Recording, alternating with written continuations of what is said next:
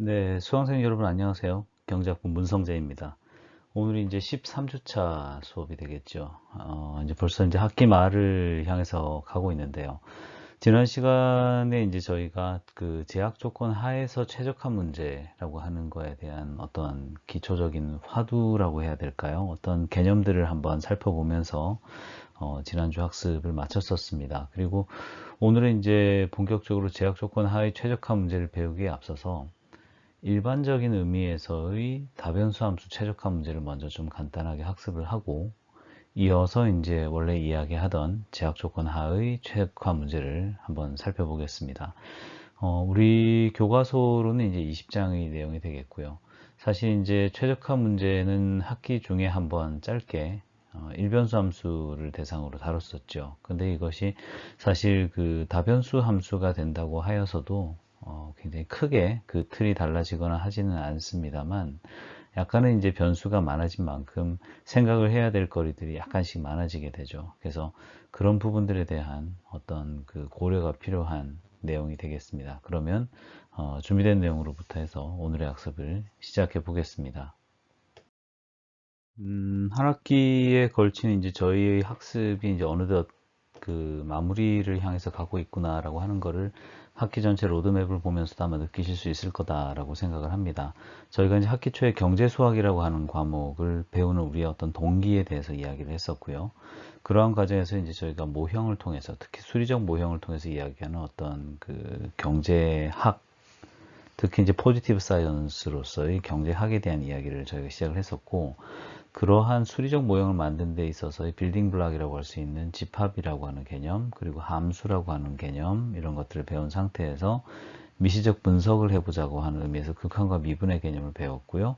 그리고 이제 실제 이러한 그 경제 모형을 설명하는 데 있어서 하나의 그 틀 안에 모형을 담아내고자 하기 때문에 그러한 과정에서 사실 이제 행렬에 대한 개념을 저희가 배우면서 저희가 이제 지금 진행을 하고 있습니다. 그래서 그러한 과정 중에 이제 저희가 모형이 주어져 있다. 예컨대 이제 경제 모형이 주어져 있다라고 할 적에 이 경제 모형 안에서 우리가 찾아낼 수 있는 어떠한 그 시스템 안에 내포되어 있는 어떤 최적의 해라고 하는 것이 어디에 있을까라고 하는 고민을 하게 된다고 하면은 결국은 지금 우리가 배우고 있는 최적화에 대한 공부를 하게 됩니다. 그래서 결과론적으로는 어떠한 대안을 찾는 학문 혹은 실질적인 예컨대 이제 정책에 있어서 시사점을 준다든지 하는 어떤 실용학문으로서의 참 면모가 어떻게 보면 이제 최적화라고 하는 과정을 통해서 이제 드러나게 되는 것이죠. 그래서 그러한 어떤 우리가 배우는 경제학의 쓰임새라고 하는 관점에서 저희가 지금 이번 주에 배우는 제약 조건 하에서의 최적화 문제를 우리가 공부하는 어떠한 그 동기를 저희가 이제 알 수 있겠다 이렇게 한번 생각을 해 봅니다. 다변수 함수에 대한 공부를 시작하기 전에 개념을 좀 한번 일깨우는 의미에서 일변수 함수에 대한 일계 조건을 먼저 한번 이야기를 하고 출발을 해 볼게요. 지금 이제 그림에서 보는 바와 같이 어떠한 극값을 찾아가겠다라고 할 적에 일계 조건이라고 하는 것을 이제 저희가 일변수 함수에서 적용을 할 적에는 일계도 함수 first order derivative를 찾아서 그 값이 제로가 되는 어떤 포인트를 우리가 찾을 수가 있다고 하게 되면 그 포인트가 말하자면 일종의 그 터닝 포인트로서 기능을 하는 어떤 지점이 될 것이고 그것이 결과론적으로는 해당 포인트가 말하자면 어떤 극점으로서의 필요 조건을 갖고 있다라고 이제 이야기를 한다 이렇게 말씀드릴 수 있죠. 물론 이제 5주차 수업 때도 이제 잠깐 5주차였나요? 그때 이제 수업에도 나왔지만 이제 그 S점 모양으로 이렇게 변하는 어떤 그런 변곡점 같은 데서도 사실은 멈칫하다가 가던 방향으로 더 가는 그런 그림도 나오고 할 수 있기 때문에 이것이 반드시 충분 조건으로서의 어떤 일계 조건이 존재하지는 않겠습니다만 기본적으로 우리가 이제 어떠한 솔루션을 찾아가는 과정 중에서 캔디데이트를 찾아내는 어떤 그러한 크라이테리아로서 지금 이제 우리가 보고 있는 일계 조건이라고 하는 것이 활용될 수 있다. 이렇게 한번 생각하면 좋을 것 같습니다. 문제는 이제 일계 조건이라고 하는 것만으로는 이것이 결국은 극대값인지 극소값인지는 우리가 알 수가 없고 오로지 그 값의 어떤 캔디데이트일 수 있다 정도의 개념만 저희가 가질 수가 있어요. 그래서 이러한 것을 이제 이계 조건, 세컨 오더 컨디션을 통해서 저희가 좀 더 딥하게 알아볼 수가 있습니다. 그래서 이런 세컨 오더 컨디션에서는 결과론적으로는 2차도 함수를 가지고 와서 그 값으로 선택되어 있는 포인트에서의 2차도 함수 값을 한번 살펴보게 됩니다. 그래서 2차도 함수 값이 만약에 음의 값이었다, 혹은 양의 값이었다 라고 하게 된다고 하면, 그때 이제 우리가 비로소 이제 해당 어떤 우리가 찾아낸 해가 어떠한 해인지에 대한 해석을 할 수 있는 것이죠. 예컨대 first of condition 상으로 이제 제로인 포인트에서 예컨대 이제 2차도 함수가 음의 값이었다 라고 하게 되면, 그때는 이제 해당 포인트를 극대값으로 판별을 하고, 그리고 이제 만약에 그 2차도 함수 값이 양일 때는 극소값으로 판단하는 식이죠. 예컨대 2차도 함수가 음의 값이다라고 하는 것은 기울기가 계속 이제 오른쪽 아래로 내려가는, 어떤 말하자면 감소하는 과정 중에 있는 것인데요.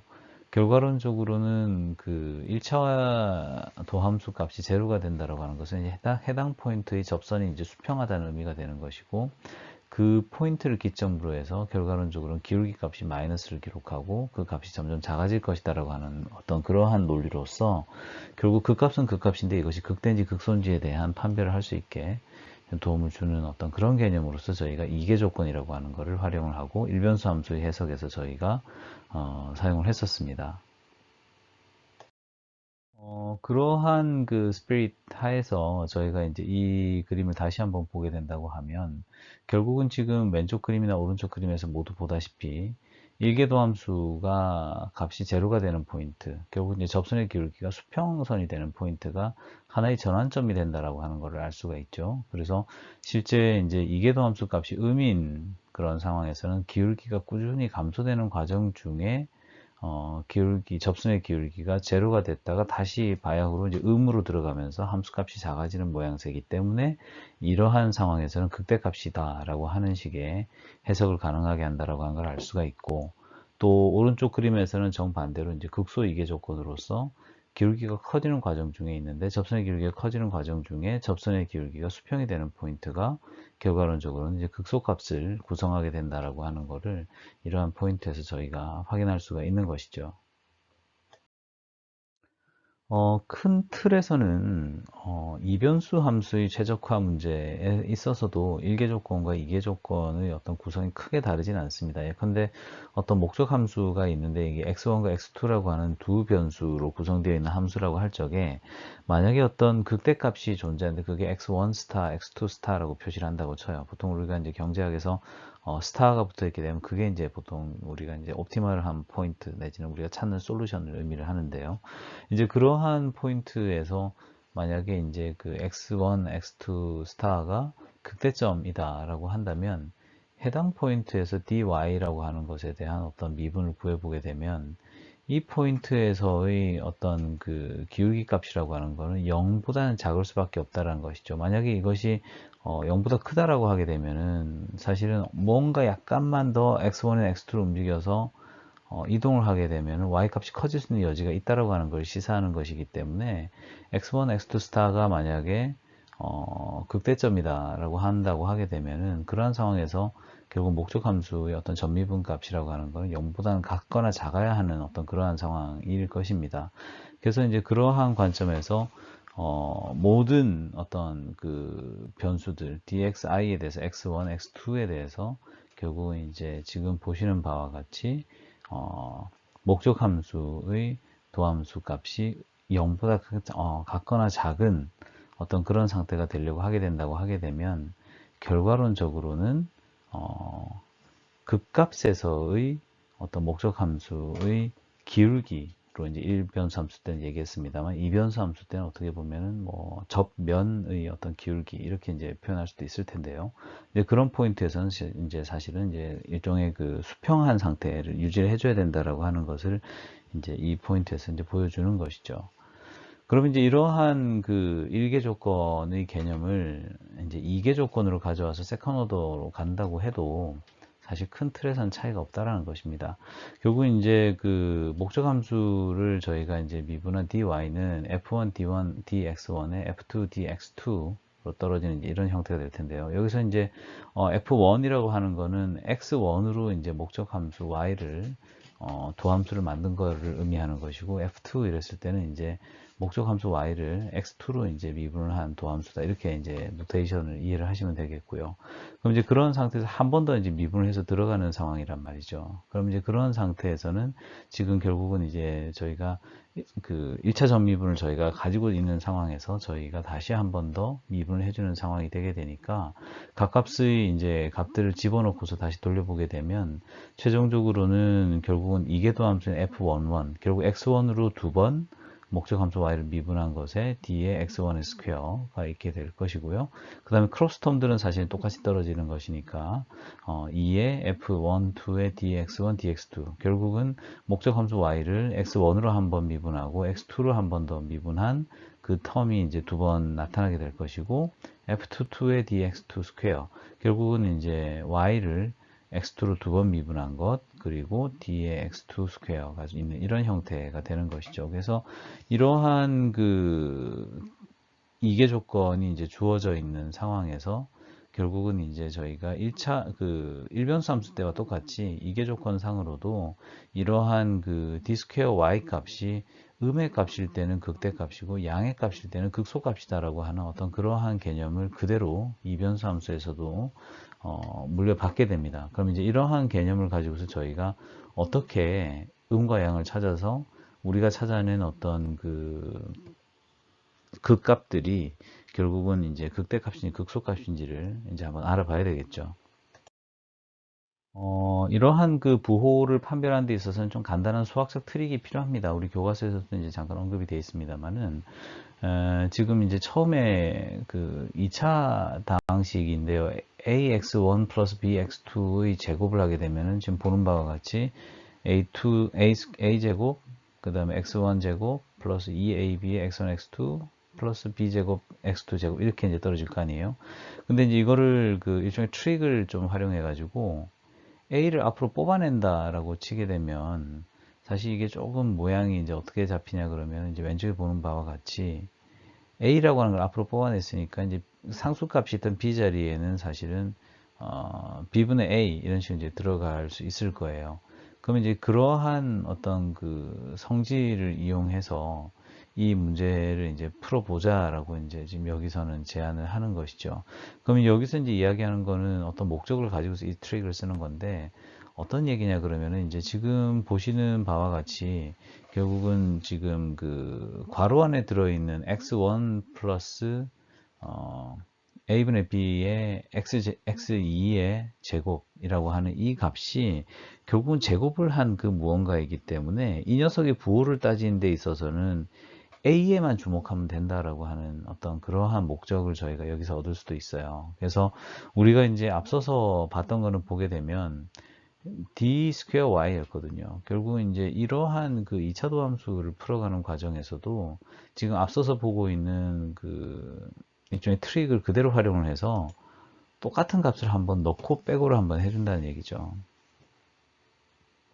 그래서 지금 빨간색 사각형으로 이제 표시되어 있는 저 포인트, 저 텀들을 어떻게 보면은 한 번은 더하고 한 번은 빼줌으로써 지금 이제 마지막 줄에 있는 것과 같이 f11에 괄호 열고 dx1에 플러스 f11, f12, dx2 괄호 닫고 제곱. 결국 이제 그 제곱 텀을 하나 이제 뽑아내 버리게 되는 거죠.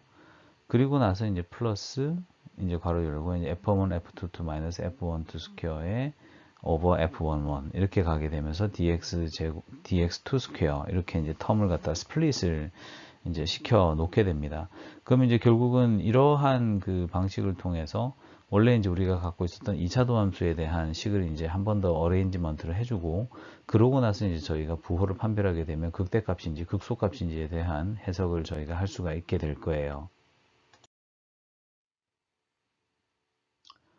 결국 이제 여기서 이제 우리가 이야기하는 것은 그러면 이제 제곱으로 되어 있는 텀은 뭐 하늘이 무너져도 항상 플러스가 나올 거니까 우리가 그 d 스퀘어 y 결국 이제 그 2차 도함수의 부호를 판별하는 과정에 있어서 f11이 음의 값이고 그리고 지금 이제 저기 오른쪽에 이제 그 동그란 괄호 안에 있는 f11, f22 마이너스 f12 스퀘어가 양의 값이라고 한다면 그때는 결국은 2차 도함수인 d 스퀘어 y가 음의 값일 것이므로 극대가 될 것이다 라고 하는 것을 저희가 알 수가 있고, f11이 반대로 또 양의 값인 경우에는 결국은 첫 번째 텀은 양의 값이 나올 거고, 그 다음에 두 번째 텀으로 가서 보게 돼도 결국은 분자값이 양이고 분모가 양이라고 하면 두 번째 텀도 양이 될 것이니 전체적으로 2차 함수 양의 값이 나올 거고,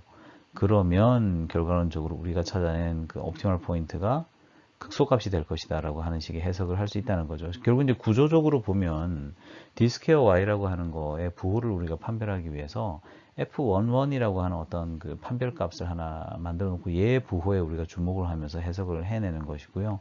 그러한 과정에서 이제 우리가 피할 수 없었던 게 이제 2차 도함수의 부호들이었는데, f11, f22 마이너스 f12 스퀘어라고 하는 것은 이제 항상 부호가 양으로 나올 때 우리가 뭔가 좀 그 해석을 하는 데 있어서 좀 도움을 받을 수 있겠구나 하는 정도의 개념을 얻을 수가 있어요. 그래서 실제 이러한 그 2차 도함수 값인 d 스퀘어 y를 행렬로 이제 표시를 하게 되면 지금 마지막 그 줄에 있는 것과 같은 형태의 일종 행렬식이 나오게 되는데, 가운데 2x2 행렬이 결국은 2차 도함수들이 모여 있는 행렬이 되죠. 그래서 이러한 행렬식의 값이 가만히 따져보게 되면은 f11과 f22를 곱한 값에다가 f12의 f21을 결국은 이제 빼주는 형태가 되는 것인데, 결국은 f12나 f21이 같은 녀석이니까 결국 f12의 스퀘어를 뺀다라고 하는 그런 개념이 되게 되겠죠.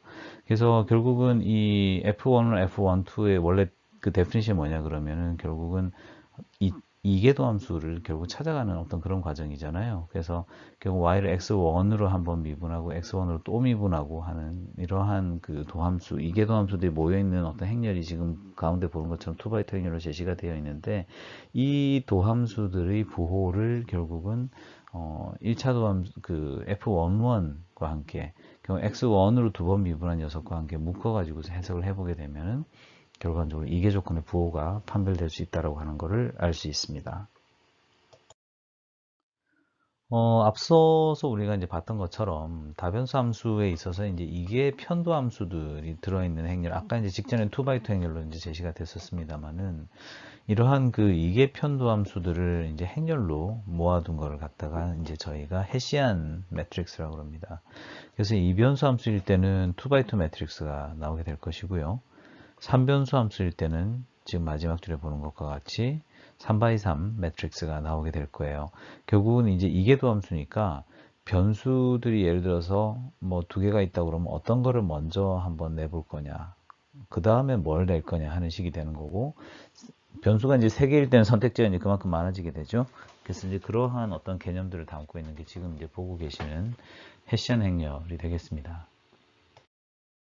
이러한 헤시안 행렬이라고 하는 것은 결국은 이제 그 변수의 개수에 따라서 그 이제 행렬의 크기가 결국 결정이 되겠습니다. 결국 이제 n개의 어떤 변수를 가지고 있는 상황이다라고 한다면 그때는 헤시안 행렬도 결과적으로 n by n이 될 거예요.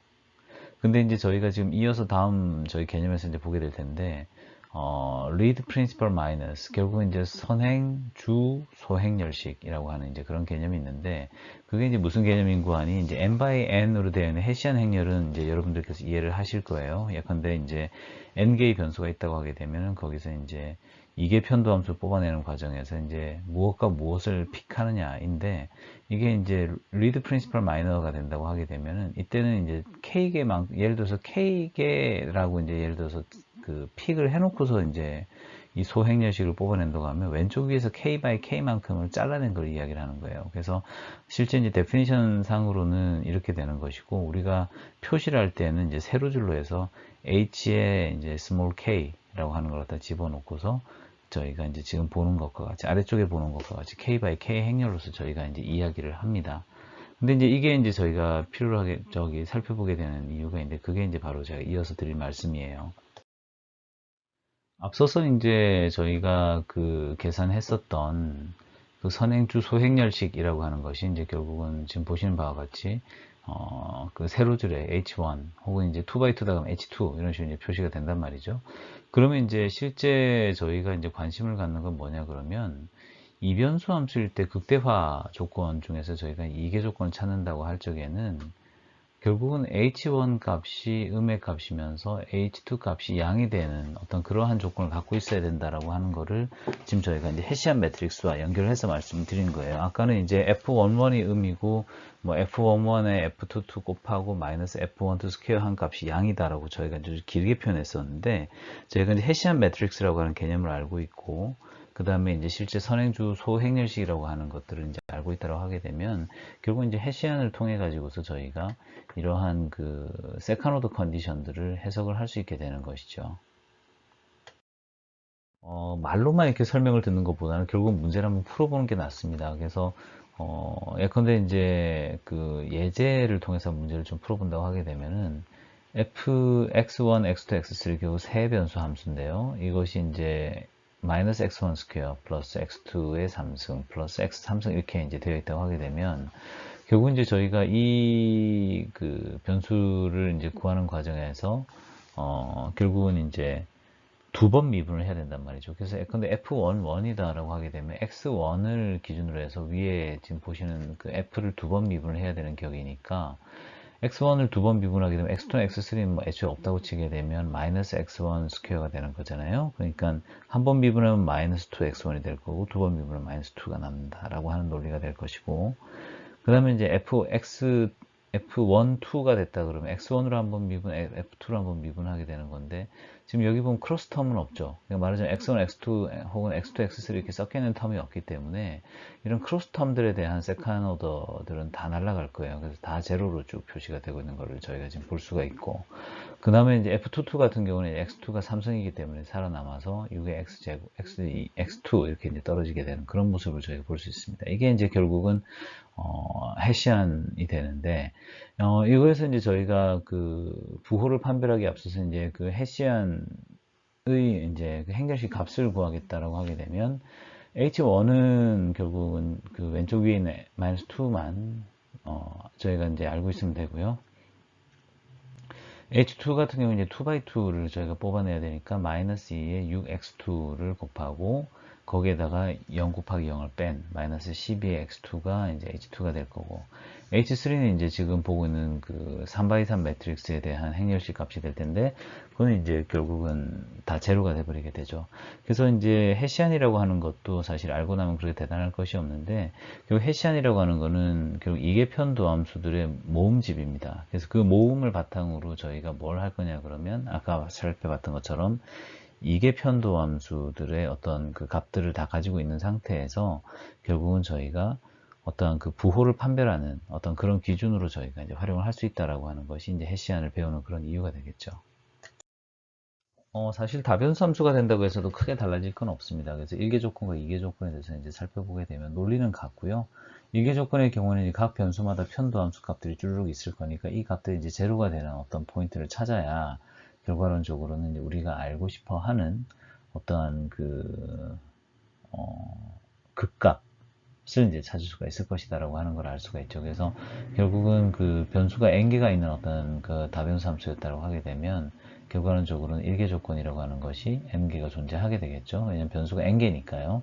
그리고 이제 2개 조건을 찾아야 한다고 하게 되면 이러한 1개 조건을 만족하는 어떤 그 극값에 대해서 결국은 이제 h가 양이냐 음이냐를 따져서 이 녀석이 결국은 극소값이다. 극대값이다 라고 하는 거를 이제 판별을 하게 되는데 여기서 이제 그 헤시안의 부호가 양의 정부호다 음의 정부호다 라고 하는 그런 개념이 나와요. 그래서 이게 이제 어떤 값인지를 살펴볼 필요가 있어서 요것만 이제 살펴보면 될 것 같은데요. 한번 이어서 보도록 하죠. 앞서서 이제 그 n by n으로 표시되어 있는 헤시안 매트릭스에 대해서 저희가 결국은 양의 정보냐, 음의 정보냐에 따라서 저희가 이제 그 결국은 극소값과 극대값을 살펴볼 수 있다고 했었는데, 결국 헤시안 매트릭스를 이렇게 끊고 나서 볼 적에 결국은 그 1 by 1, 2 by 2, 3 by 3 이런 식의 이제 쭉 가면서 그 각각의 그 행렬식 값들이 양의 값을 꾸준하게 유지해 준다 그러면 그때는 양의 정보, positive, definite 이렇게 표현을 해요. 그래서 이제 이렇게 표시가 되었을 때는 사실 이렇게 구성되어 있는 이계 편도 함수들의 모음이 이제 만약에 아까 앞서 봤던 것처럼 그 n개의 변수로 구성되어 있는 어떤 그 함수였다라고 하게 되면 그거에 대해서는 사실 그 다변수 함수의 최적화를 하게 되어서 저희가 어떤 그 극값을 찾는다고 하게 되면은 양의 정보를 갖고 있는 그런 스트럭처 안에서는 저희가 찾아낸 값은 극소값이에요. 반면에 이제 네거티브 데피니시를 해가지고서 원 바이 원은 매트릭스 값을 구해보면은 이 행렬식 값이 그 1이 나오고 마이너스 이 값이 나오고 2x2일 때는 예컨대 이제 행렬식 값 구해보면 플러스 나오고 다시 3x3일 때는 마이너스 나오고 4x4일 때는 플러스 나오고 하는 식의 어떤 구조를 가지고 있잖아요. 그럴 때는 이제 이때는 음의 정보를 가지고 있다라고 이야기를 합니다. 그래서 이제 이런 상황에서는 만약에 우리가 찾아낸 어떤 그 n개의 변수로 구성된 어떤 다변수 함수가 있다고 할 적에는 우리가 그 first order 컨디션을 가지고 찾아낸 우리의 그 값이 음의 정보 구조 안에서는 이제 극대값을 우리가 찾아낸 거다라고 하는 거를 결국 이제 저희가 알 수 있게 되죠. 그래서 이러한 어떤 그 틀 속에서 저희가 이제 다변수 함수의 최적화를 이제 실행을 하게 되고 그것이 결국은 first order 컨디션을 이용해서 그 값을 찾고 second order 컨디션을 통해서 저희가 양의 정보냐 음의 정보냐를 따져 가지고서 이것이 극대값이다 극소값이다 라고 하는 걸 이제 따져보게 되는 그러한 과정들을 가지고서 저희가 결과론적으로는 일종의 그 최적화를 실행을 할 수 있는데요. 이러한 구조는 이제 우리가 최초에 살펴봤었던 일변수 함수일 때도 마찬가지고요. 그리고 이제 이번 시간에 봤었던 이변수 함수일 때도 마찬가지고, 그리고 이제 이걸 일반화한 다변수 함수의 케이스에도 결국은 지금 보고 계신 것처럼 파지티브 데피니시냐, 네거티브 데피니시냐를 그 해시안을 가지고서 분석을 하게 되면은 기본적으로는 저희가 세컨드 컨디션의 어떤 그 결론들을 알 수 있게 돼요. 다만 여기서 이제 우리가 알아둬야 되는 건 인데피니시라 그래서 마이너스 플러스가 지금 보는 것처럼 플러스 플러스 플러스 플러스 이렇게 쭉 가거나 마이너스 플러스 마이너스 플러스 이렇게 교차해서 나오거나 하는 것이 아니라 여기서 약간이라도 틀어져서 마이너스 마이너스 플러스 플러스 이런 식으로 뒤죽박죽 돼 있거나 마이너스 마이너스 마이너스 마이너스 이렇게 쭉 가 있거나 이제 이렇게 가게 될 때는 이제 인데피니시라고 하게 돼요. 그래서 이런 상황에서는 first order 컨디션을 통해서 저희가 다변수 함수의 어떤 그 극값을 찾아낸다고 하더라도 이것이 극대값인지 극소값인지는 우리가 알 수가 없습니다. 그래서 이것이 결국은 우리가 다변수 함수에 있어서 최적화를 실행하는 과정 중에 얻어낸 어떠한 결론이고 그 결론에 있어서의 어떤 한계다라고도 이야기를 할 수 있겠습니다. 그래서 첫 번째 세션에서는 결국은 이제 어떤 제약 조건을 주지 않은 상태에서 다변수 함수의 최적화 문제를 좀 다뤄봤어요. 그래서 결국 이제 최종적인 그 일반 케이스에서 살펴봤던 것처럼 해시안 매트릭스라고 하는 개념을 알고 우리가 있다고 한다면은 어떠한 그 다변수 함수가 제시가 되었다고 할 적에 결국은 그 이계 편도 함수들의 모음인 해시안 매트릭스의 부호를 일단 먼저 파악을 해야 될 것이고, 그러한 부호를 파악한 상태에서 저희가 1차 조건, first condition을 충족하는 어떤 솔루션을 찾고, 거기에서부터 저희가 이계도 함수들의 값들을 가지고서 이것이 극대인지 극소인지를 찾으면 된다라고 하는 어떤 굉장히 심플한 어떤 결론으로 가는 것이 이제 저희 교과서에서 볼 수 있었던 그런 내용들이 되겠습니다. 잠깐 이제 쉬고 나서 이제 원래 저희가 목적으로 했었던 제약 조건 하에서의 최적화 문제를 한번 다뤄보도록 하겠습니다.